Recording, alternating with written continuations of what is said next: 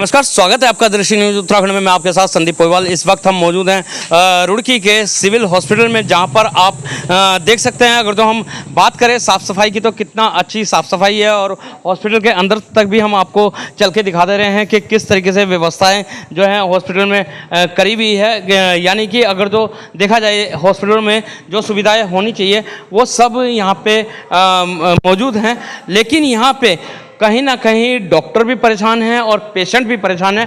Doctor इसलिए परेशान है कि एक पेशेंट के साथ 10-10 लोग आते हैं और भीड़ कर लेते हैं। इस समस्या को लेके जो है डॉक्टर बहुत ज़्यादा परेशान है, लेकिन वहीं पेशेंट इस चीज़ से परेशान है कि सिविल अस्पताल है, फ्री का अस्पताल है, यहाँ पे मात्र 30 से 35 रुपये की जो पर्ची बनती है उसी पर इलाज होता है। लेकिन यहाँ पर दवाई लिख दी जाती है बाहर से, लेकिन बाहर से दवाई लिखने के लिए भी कंपनियों के नाम लिखे जाते हैं दवाई पे। जैसे कि हमारे पास ये पर्चा है, आपको ऑन रिकॉर्ड हम दिखा देते हैं। तो इस पर क्या कहना है डॉक्टर मनोज कुमार जी का, जो कि निर्देशक हैं चिकित्सक स्वास्थ्य सेवाओं के। मनोज जो कि निर्देशक हैं, उनसे भी जानते हैं कुछ सवाल। सर, सिविल अस्पताल आप निरीक्षण के लिए आए हैं, किस तरीके का निरीक्षण किया गया आपके द्वारा? देखिए, मैंने यहाँ पे हमें सबसे पहले देखना था कि आने वाले वक्त में जो डेंगू वगैरह के फैलने के चांसेस हैं उसको लेकर के क्या तैयारियाँ हैं, तो वो हमने देखा। तो उसके बाद सबसे जो हमें यहाँ पे कमी लगी वो ये है कि यहाँ पे स्पेशलिस्ट चिकित्सकों की बहुत कमी है, और अस्पताल बहुत बढ़िया है। सीएमएस साहब ने बहुत मेहनत करी है, ठीक है। और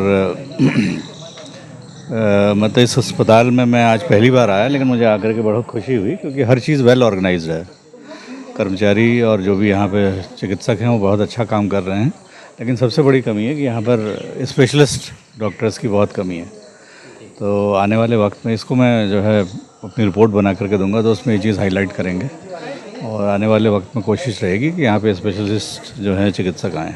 सर, बहुत सारे पेशेंटों की एक शिकायत रहती है कि सिविल अस्पताल की अगर तो हम बात करें तो सिविल अस्पताल होता है गरीब लोगों के लिए कि उन्हें आसानी से दवाई मुहैया हो जाए, लेकिन बहुत सारे डॉक्टर यहाँ पे हैं कि बाहर की कंपनी की दवाई लिख के देते हैं और कंपनी का नाम लिख के देते हैं। सर, इस पर क्या कहना चाहेंगे? देखिए, ये तो शिकायत पूरे प्रदेश में है, और समय समय पर हम लोग इसके लिए कोशिश करते हैं, और अपने जो CMOs हैं, अपने CMSs हैं, उन लोगों को ये डायरेक्ट करते हैं कि इसको आप देखें अपने आप जा कर के, और लोगों को खुद इसके लिए प्रेरित करते हैं कि भाई आप जो है गरीब मरीज के लिए इस तरह का काम न करें।